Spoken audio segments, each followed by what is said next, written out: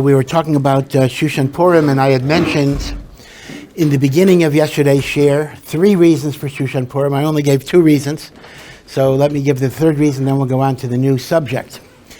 Again, Shushan Purim is an enigma, because if I read Megillah Esther, I understand why the city of Shushan kept Purim on the 15th, because in the city of Shushan, they continued to fight against their enemies on the 14th.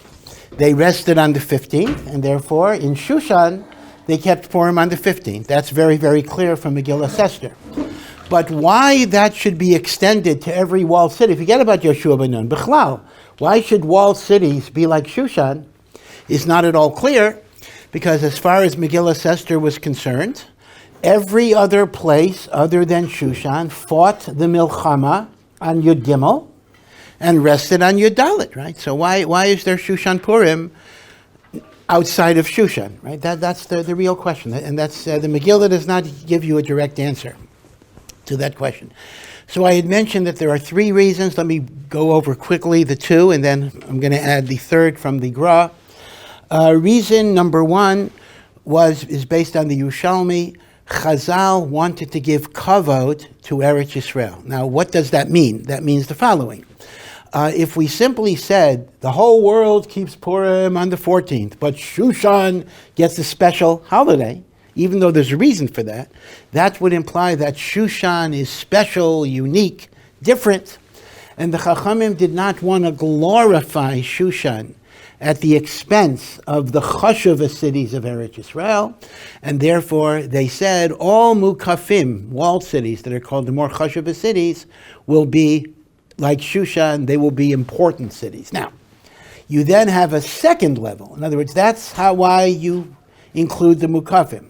The second level is, there weren't any Mukafim in Eretz Yisrael at the time of Megillah Esther because of the Chorban Beis HaMikdash, so you got to redefine Mukafim to Yehoshua ben Nun. In other words, when the Yerushalmi says the takana of Shushan Purim was to honor Eretz Yisrael, they don't just mean the Yehoshua ben Nun thing. They mean the etzem idea that Mukafim Ar Tesvav was a way of honoring Eretz Yisrael, because otherwise Shushan would have so much prominence, it would seem to be a more important city. Now, I had mentioned, according to that svara, the only Mukafim that should count are the Mukafim of Eretz Yisrael, the Mukafim of Chutz La'aretz should do it on Yud Dalet, because there's no particular reason to honor those Mukafim. So indeed, there are some shittas that say that the din of a Mukaf reading on Tesvav only applies to Eretz Yisrael city, so even Prague, which some say did have a wall from the time of Yehoshua ben Nun, who really knows, but even if you say that, they would still read on Yud Dalet. So that's reason number 1. Reason number 2 is the Ramban. The Ramban says the following. The Ramban says that the reason why there's Shushan Purim is kind of a punishment to the Mukafim, because they were Johnny come latelys. And the Ramban actually learns that Mukafim refers to cities that were walled that only had Jews in the population. Walled Jewish cities. So they didn't even keep Purim the first year. Remember, the first year of Purim was a spontaneous celebration. It was not a rabbinically dictated thing. Meaning, we fought our enemies on the 14th, on the 13th, and we made a big celebration on the 14th. It was not yet a chiyuv. It only became a chiyuv next year. So that first year, the Mukafim didn't even bother to celebrate at all, because the Mukafim said, hey, it's true that on the 14th, all of the Jews in the open areas were exposed to danger, but we're in a walled city. We don't have any problem. So the Mukafim did not observe Purim the first year. So when Mordechai sent letters that from now on you have to observe Purim, and he says the Mukafim and the Prazim are open cities, to show that the Prazim came late to the game, so to speak. I'm not sure if we would call it a kanas, but it was a getter of, we lumped them with Shushan to show that they did not originally make the Yom Tov as a celebration. So according to that, it's a Johnny-come-lately thing, which means, in other words, the reason why Shushan keeps Shushan Purim is not the reason why other walled cities keep Shushan Purim. Shushan kept Shushan Purim because they actually celebrated and rested on the 15th, because they fought on the 14th. The other walled cities, they didn't do anything on the 14th or the 15th, but therefore they were lumped with Shushan to indicate that they accepted the Yom Tov later. Now, the Yerushalmi statement of Kavod of Eretz Yisrael is not going on why Mukafim have Shushan Purim. Mukafim have Shushan Purim almost as a Knas. But when we then want to decide what's a Mukaf and what's not a Mukaf, in order to honor Eretz Yisrael, we go with Yoshua ben Nun. In other words, according to the Ramban, the Yerushalmi's reference of Kavod of Eretz Yisrael is only explaining why we look at Yoshua ben Nun rather than the present. It is not explaining why Mukafin were pushed to Tesvav. Like the first explanation, Mukafin were pushed to Tesvav because of Kavod Eretz Yisrael. Like the second explanation, Mukafin were pushed to Tesvav because they came late to the whole holiday. Nothing to do with Kavod of Eretz Yisrael. But we then define a Mukaf, a Yeshua ben Nun, because of Kavod Eretz Yisrael. That's the Ramban. Right? So those are the first two reasons for Shushan Purim. A third reason is given by the Gra. You know, the Gra has a whole parish on Megillah Esther. Very, very interesting parish. It was not published until relatively late. I think it was the 1880s, so more than 100 years after the Vilna Gaon. What's interesting, just as a little bibliographical fact of interest, you know, the Malbim's parish on Megillah Esther is a very, very geschmack parish. In fact, Rav Weinbach, Zichrono Livracha, Ohr Somayach's founding Rosh Yeshiva, actually wrote an English adaptation of Malbim's commentaries called Turnabout. I think they still sell it, and it's, you know, based on the Malbim and the like. In fact, I remember the first time I heard something from the Malbim, I was maybe sixth grade or whatever, and we took a class trip to Ner Yisrael in Baltimore. Like, that's why so many Hartford, Connecticut boys went to Ner Yisrael, because Rabbi Kalman Rosenbaum, who lives here now, used to take Hartford boys on a trip. So I remember hearing a shiur from Rav Gershon Weiss, who is a longtime mashgiach of Staten Island, but in those many, many years ago, he was a Rebbe in Ner Yisrael, and he gave a shiur on the Malbim's Megillah Esther. It was mamish fascinating. Why does it sometimes say Vashti Hamalka, and sometimes Hamalka Vashti, like every diak, just quite amazing. And this was the first sefer the Malbim wrote on Tanakh. He eventually wrote on almost all of Tanakh, not 100%, but 99% of Nach. The Malbim wrote a Perush on. His very first one, kind of was like Art Scroll decades later, was Megillah Esther. But what was interesting is, it's so fascinating, that when the Malbim wrote his Perush on Megillah Esther, the Perush HaGra was not yet known. And the Perush HaGra was printed after the Malbim, and you actually see that a lot of the most interesting chidushim of the Malbim, the Gra had already said. So the Malbim was mechaben to the Vilna Gaon. Now, that's something good. You might think it's something bad. Oh, he wasn't original. No, the other way around. There's an old mashal. You know, people sometimes feel bad if they find later that all of their chidushim were already said. So they say, no. If you're going on a road and you see other people walking the same road, so you feel, oh, I guess I'm going somewhere. If you're walking on a road and nobody's there, you're wondering, where am I going? So actually, it's good that you have great gedolim that said it. So the Malbim is a much longer parish, but a lot of the chidushim of the Malbim, the unique insight of the Malbim, was already said by the Gra. Now the Gra wrote the parish in two versions. He wrote the parish al derech hapshat, and then he wrote the parish al derech remes. Al derech hapshat is to give you a deep understanding of the pshat of Megillah Esther, and that's where the Malbim and the Gra kind of are mechaben to each other. But al derech haremes is more of a Kabbalistic idea, where Mordechai and Esther and Haman represent things. The koach of Amalek, the koach of Kedusha, and it's much more of a symbolic understanding based on inyanim of Kabbalah. As you would expect, the Ber Hagra al derech hapshat is much more widely learnt than the Gra al Derech HaRemes, but it's in the same book. If you buy Perish HaGra on Megillah Esther, which comes out in different editions, you will see Derech HaPshat, Derech HaRemes. Okay, but be it as it may, the Gra says something in the Al Derech HaPshat about Shushan Purim it's a little difficult, and I am paraphrasing it a little bit. So if you ask me where does the Gra exactly say it, he doesn't exactly say it the way I'm explaining it, but this is how I understand it. I mean, I can show you what I'm basing it on, but it's not so pashut to see it in the words. The Gra seems to be looking at Mukafin exactly the opposite of Ramban. Ramban understood that Mukafin were the safest areas for Jews, because he understands Mukafin as Jewish cities which had walls around them. So Mukafin, according to Ramban's understanding, were the safe places for the Jewish populations. Gra learns exactly the opposite. The Gra learns the Mukafin were the most dangerous places for Jews because high officials lived in the Mukafin, and the greatest anti-Semites, so to speak, Haman had his people planted all over the place. Meaning, the average Persian, may not have cared about Jews that much, but they didn't have the hatred of the Amalekite strain.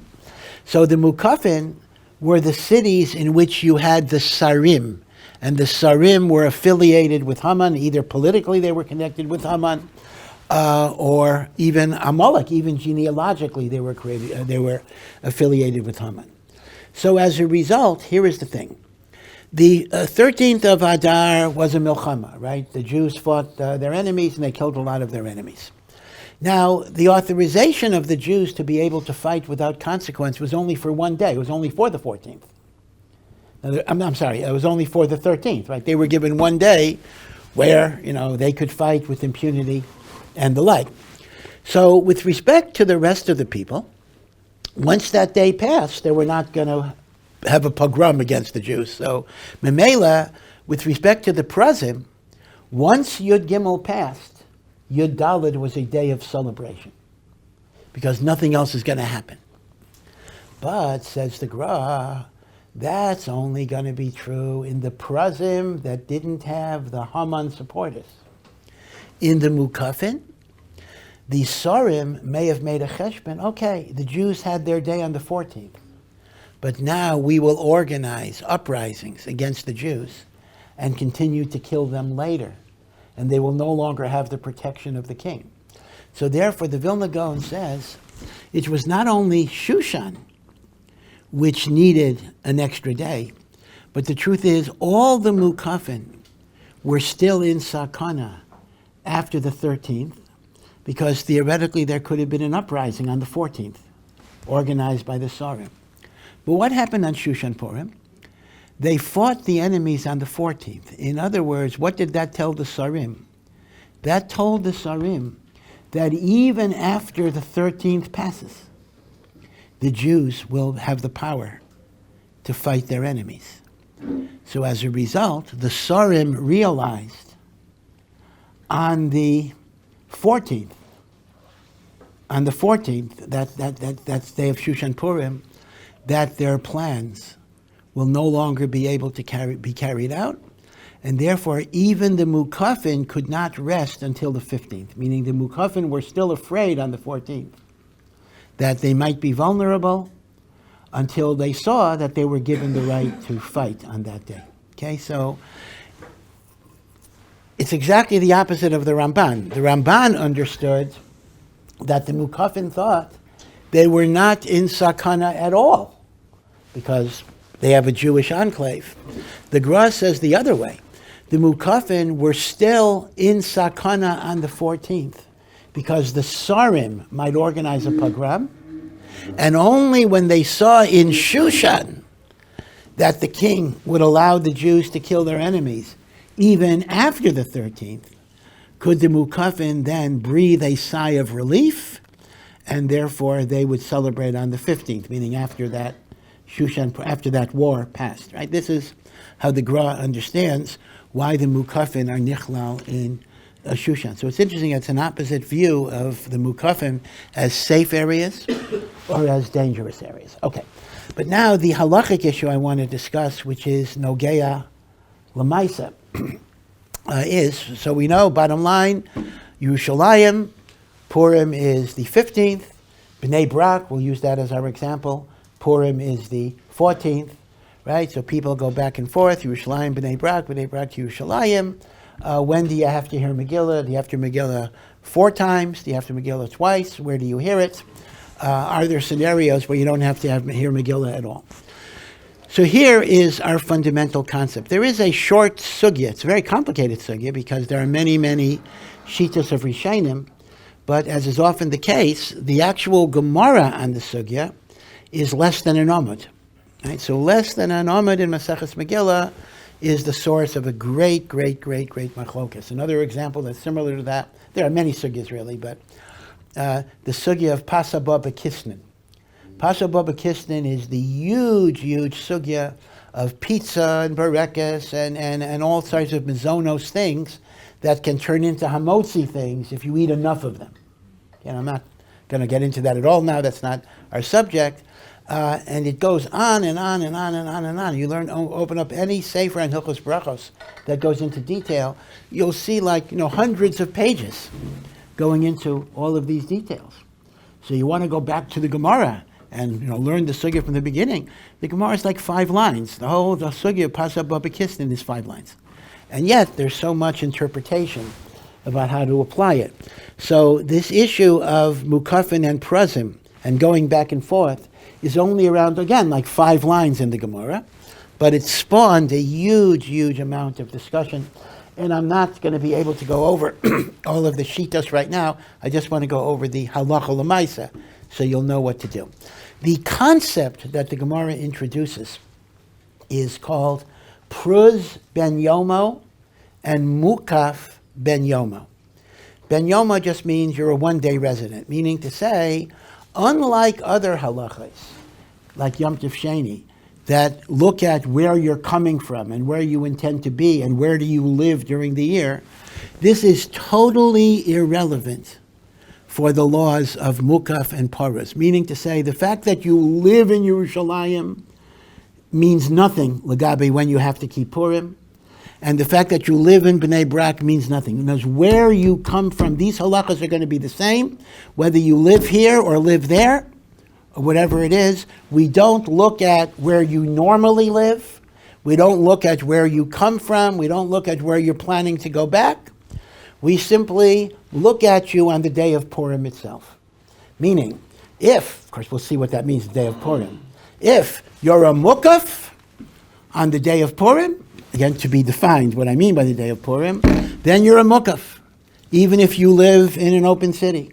And if you're a paras on the day of Purim, meaning open city, then you're an open city person, even if you live in a mukaf. Okay, so this is very important. The fact that you live in Yerushalayim has no bearing whatsoever on these rules. The only rules are you a mukaf ben yomo, or are you a paras ben yomo? Okay, now, here is the bottom line halacha. The definition of where you are as a one-day resident is determined by Amud HaShachar. Now, why is Amud HaShachar significant? We know that on Purim we are mechuyev to read the Megillah twice. We read it at night and we read it in the day, right? We know that. However, what's very interesting is, if you learn the Mishnayos of Maseches Megillah, you actually do not see any reference at all to reading Megillah at night. For example, the Mishnah says in the second perek that the Megillah can be read from Amud HaShachar. Now, obviously, that's only talking about the morning Megillah. Why doesn't it say, and the Megillah at night can be read from Tzeis HaKochavim? It doesn't say that. Meaning, if you just read the Mishnah, the only thing that's mentioned is Megillah in the day. So how do I know, Bichlal, that we read Megillah at night? So this is a memra of Rav Yeshua ben Levi, who many say is either an Amora or maybe a very late Tana, even after the Mishnah. And he says, Chayav Adam likras es Megillah balayla v'lachzor v'leshanaisa bayayim. So the Turei Even actually says a fascinating thing. Mikra Megillah is a takana that was made in two stages. One is the takana of Mordechai and the Sanhedrin, which was mamish at the time of the Nes, and that is recorded in Megillah Esther. And Mordechai was a member of the Anshe Knesses Hagdola. So technically it's a Drabanan. What the Anshe Knesses Hagdola does is still Drabanan, even though it's in Tanakh, but it's a higher level Drabanan from the Anshe Knesses Hagdola, and that is a Chiyuv only Bayayim. Later, after the Mishnah, there was another takana that we should read it at night. So the night came second, the night came later. And that's a stam drabanan, which is important. And therefore, the Mishnah, at the time of the Mishnah, they only read Megillah in the daytime. And that was the takana of the Anshe Knesses Hagdola. Later, they were meisif to read the Megillah at night. So since, going back to Pruz Ben Yoma, since the Iker and primary and original Chiyuv of Megillah Esther was Bedafka in the day, and what point are you able to read? What's the earliest you could read Megillah of the day? Amud HaShachar. Therefore, it is Amud HaShachar that is Koveya, where you are deemed a resident. Are you a resident of open city or walled city is determined by Amud HaShachar of Purim. Now, which day of Purim is going to be really important? Hold on to that question for a moment. Now, what is Amud HaShachar? Just generally. So again, everything is machlokas, many shitas. But generally speaking, the most commonly accepted shita of Amud HaShachar is 72 fixed minutes before sunrise. So sunrise is called Neitz Hachama. Amud HaShachar is 72 minutes. Again, everything is a machlokas, but let's just keep it simple. 72 minutes before Neitz is Amud HaShachar, right? So you look at a sunrise calendar. Sunrise minus 72 is Amud HaShachar. Amud HaShachar b'di'eved is the earliest time you could daven Shachris, say Birchas Kriya Shema, maybe too early for Tefillin, interestingly enough, which is Mishiyakeres Chaber, which is a half an hour later, but whatever. And it's also the earliest time you could take Lulav and Esrog, hear Shofar on Rosh Hashanah, and read Megillah. Now, any mitzvah that's Toloi in daylight requires a Amud HaShachar. Now, as an astronomical phenomenon, and that's where the 72 minutes may run into conflict, it is the appearance of the first light in the eastern horizon, meaning the sun, Neitz Hachama is when the orb of the sun is over the horizon, but before the orb of the sun, you have some light in the eastern horizon. So technically, Amud HaShachar, dawn, is first light. Now, you see already, maybe sometime we'll give some shiur manzamani. You see already that you're running into a certain conflict here, because in Eretz Yisrael in particular, if you were to look at the sky 72 minutes before sunrise, you would not see any light on the horizon. So the question is, how do you reconcile a fixed 72 minutes with the notion of Heyer Pnei HaMizrach? Heyer Pnei HaMizrach means there is light on the east. Okay, well, we'll keep that for another time. But be it as it may, however, Amud HaShachar is not unique to Purim. So however your posek defines Amud HaShachar, that defines your chiyuv of where you live, Parus versus Mukav. Now, which day of Purim are we talking about? Purim has 2 days, 14th or 15th. So here is the thing. It is the 15th that defines you as a Mukaf, and it is the 14th that defines you as a Parus. Meaning where you are on the 14th will answer whether you have to hear Megillah on the 14th, and where you are on the 15th, the morning, Amud HaShachar, just that minute, will define whether you have to have Megillah on the 15th. So now, let's take a few examples. And you can see, amazingly enough, and the Yerushalmi says this beferish, that it's shaykh for a person not to be chayav in Megillah reading at all.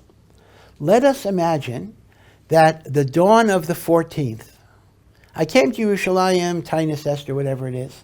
The dawn of the 14th, I happen to be in Yerushalayim. And then I'm going back home to Bnei Brak. Well, since on the 14th I was in a walled city, I am not defined as a resident of an open city. Therefore, I'm not chayav in Megillah reading on the 14th. I wasn't chayav the night before, which would have been difficult anyway because I was in Yerushalayim, and I'm not even chayav when I get home. If I was in Yerushalayim, Amud HaShachar of the 14th, and I got home an hour later, where there's plenty of Megillah readings, I got home to Bnei Brak by 7 o'clock in the morning. I am patur from hearing the Megillah on the 14th, because at the crack of dawn of the 14th, I was not a paras. I was a mukaf. Do you see the implication there? I don't have to hear Megillah when I get back home. Now, most people are knowing that they will, but they're not. Now, what about hearing Megillah on the 15th? Well, if the morning of the 15th, right, I went back to Bnei Brak on the 14th, so the morning of the 15th, I'm in an open city. I'm not a mukaf either. So I'm not a paras because I was in Yerushalayim on the morning of the 14th. And I'm not a mukaf because I was in Bnei Brak the morning of the 15th. So I'm a stateless person or a cityless person. I'm neither a mukaf ben yomo, nor am I a paras ben yomo. Therefore, I have no chiyuv in Mikra Megillah. Not only in Mikra Megillah, I'm not mechayiv in Shalach Manas. So if anybody's cheap, this is a way you could get out of everything. I'm not mechayiv in Matanis Le'ev Yainim. I'm not mechayiv in even the Sudas Purim, because in order to be chayiv in Purim, you have to either be a mukaf or be a paras. And in this particular situation, you are neither a mukaf nor a paras. Therefore, you don't have the chiyuv of Purim. Now, the interesting question you could ask is, are you allowed to do that? That's the question. Meaning, am I allowed to put myself in a situation where I don't have the obligations of Purim? So that's also a shaila. Some say you're bedafka not allowed to do that. You're not allowed to be in Yerushalayim, crack of dawn of the 14th, and then go to Bnei Brak, crack of dawn of the 15th. Basically, that would mean practically that if you were in Yerushalayim, the crack of dawn of the 14th, you're mechuyev to stay over to the morning of the 15th to be chayev in Megillas Yerushalayim.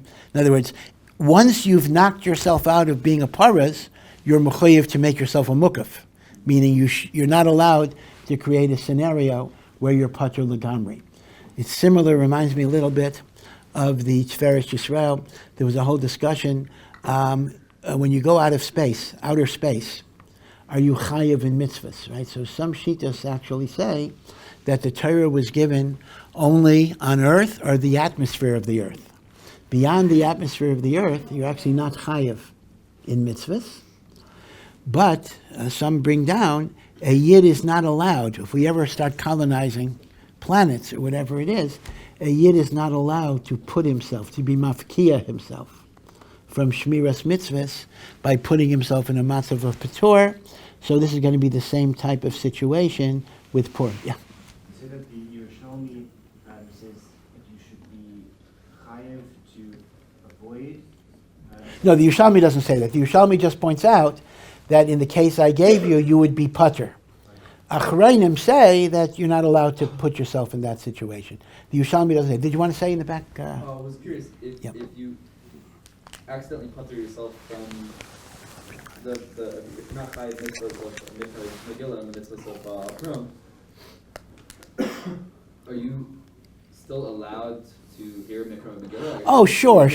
That's important to make that point. In fact, most people will, meaning you might accidentally patur yourself, but sure, you're allowed to hear Megillah, you're allowed to give Shalach Manas, you're allowed to give Matanas Le'ev Yanim, you're allowed to have a Sudas Purim. So there's nothing here that would be usher for you to do.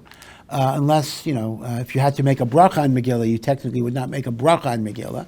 But certainly, I would encourage a person, if they found themselves stuck in that particular conundrum, to go ahead and do everything anyway, even though technically you're putter. Now, let me just give you another example. The Yerushalmi then says, I'll give you an example, where you're chayev to hear Megillah 4 times. And you're chayev in Sholach Manos on both days. And you're chayev Matanas Le'Avyonim on both days. And you're chayev Suda in both days. And that would be the following. The crack of dawn of the 14th, I was in Bnei Brak. If the crack of dawn of the 14th, I was in Bnei Brak, I became a parus in the Purim of open cities, which meant, in other words, I had to have heard Megillah. It's like a funny thing. Well, okay, I'll come back to that. But in other words, I heard Megillah the night before, and I'm chayav to hear Megillah on this day, even if I get to Yerushalayim, by 7 o'clock in the morning, I have to hear Megillah before I leave. And then, if I get into Yerushalayim, and I'm there at the crack of dawn, on the 15th, I become a mukaf, and I have to hear Megillah the night before.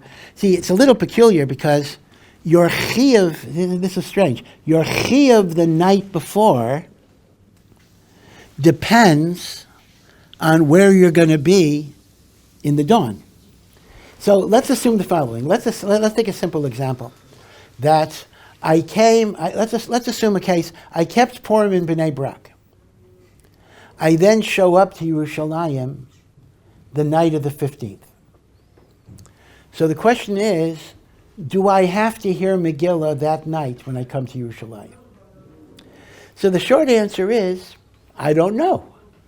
If you are planning to spend the night of the 15th in Yerushalayim, but go back to Bnei Brak that same night, then you don't have to hear Megillah in Yerushalayim that night, because you don't have to hear it the next day.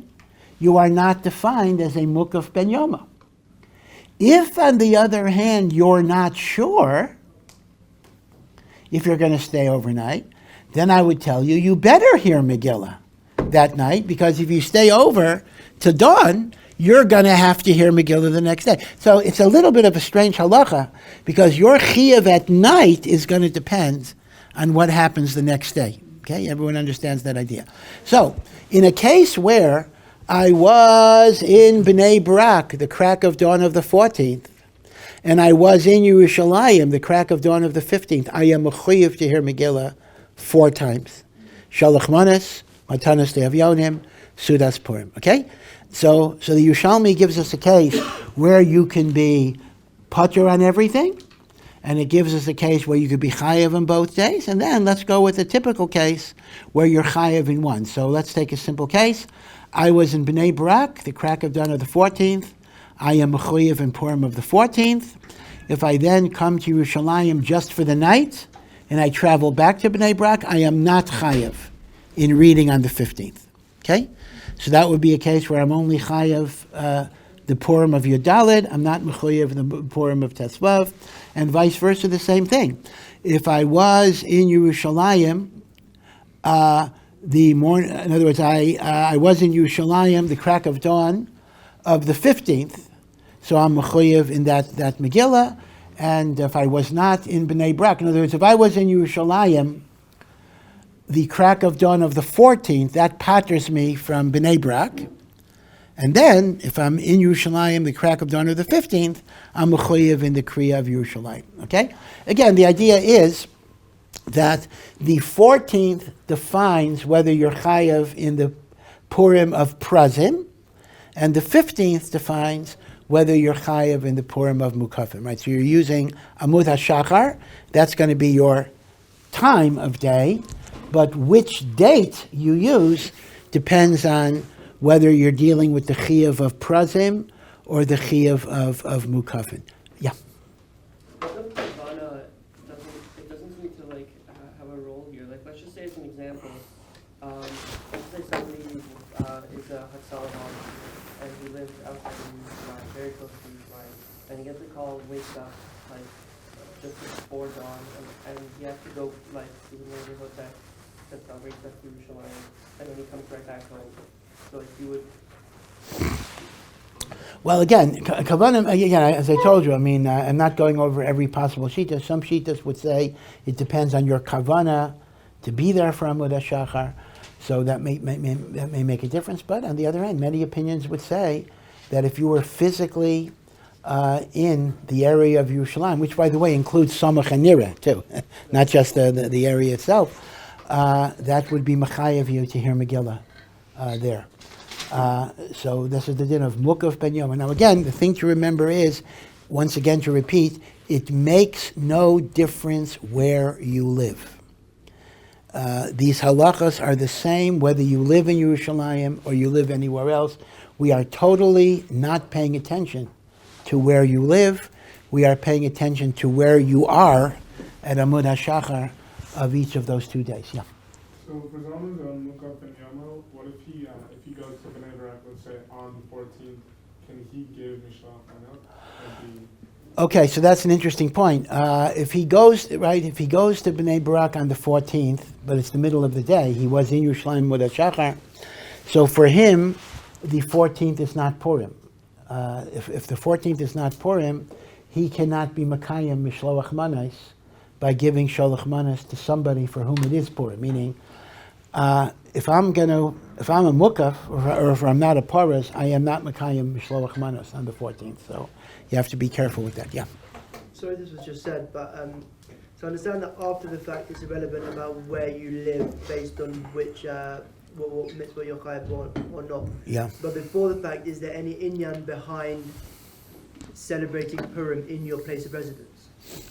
So is there any time for a bocha preferable for him to celebrate Purim in Jerusalem if that's that is a very good question. It's a very interesting question. I could understand it hashkafically, but al pi halacha, I don't think there's any chiyuv. Meaning, as I say, the only chiyuv that we have is the possibility of not being mafkia yourself from Purim legamrei, meaning doing a thing that patish you.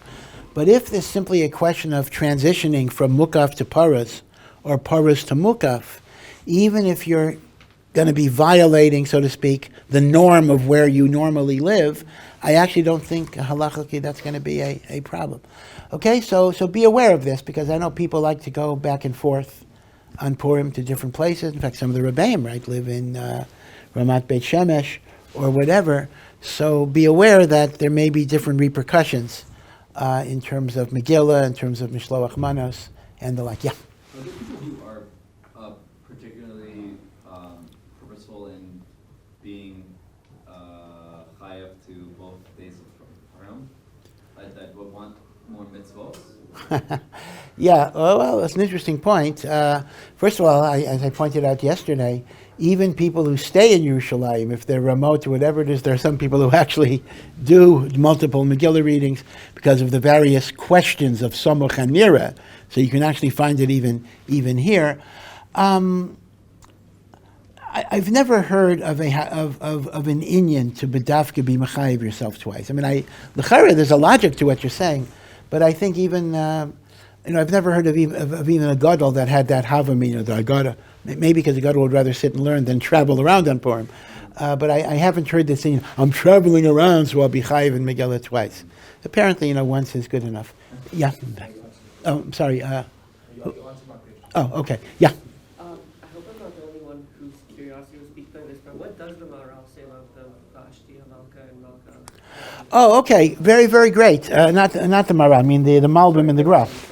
Yeah. Really, really great stuff. He says this is a whole power struggle. According to Chazal, Vashti was the daughter of Belshazzar, the Babylonian king. Achashverosh was a commoner who kind of became a big shot because he married into the royal family. And the reason why Vashti refuses to show up is because she says, you're only a king because of me, so what are you giving me orders? So here's the thing. Whenever it says Hamalka Vashti, that indicates she was a queen on her own right. Vashti, Hamalka, says, you're Vashti who became a queen when you married me.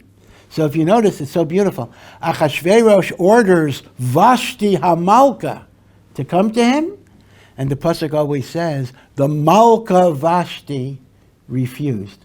Don't think you made me a queen. I was a queen before you. And you trace it. Mom is so beautiful. I remember when I heard this.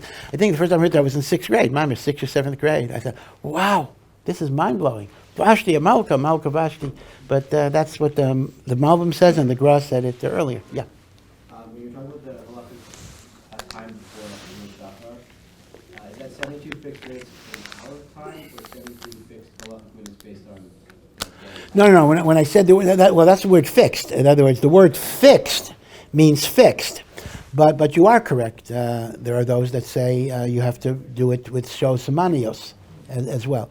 So again, that's not unique to Purim. I mean, when Amud HaShachar is a shaila you're going to have every single day of the year. So however you paskin on that is how you're going to paskin on the inyan of Purim. Okay? So I hope at least you know Lamaisa what you're supposed to do if you go back and forth and in traveling. Okay? Take care. Thank you.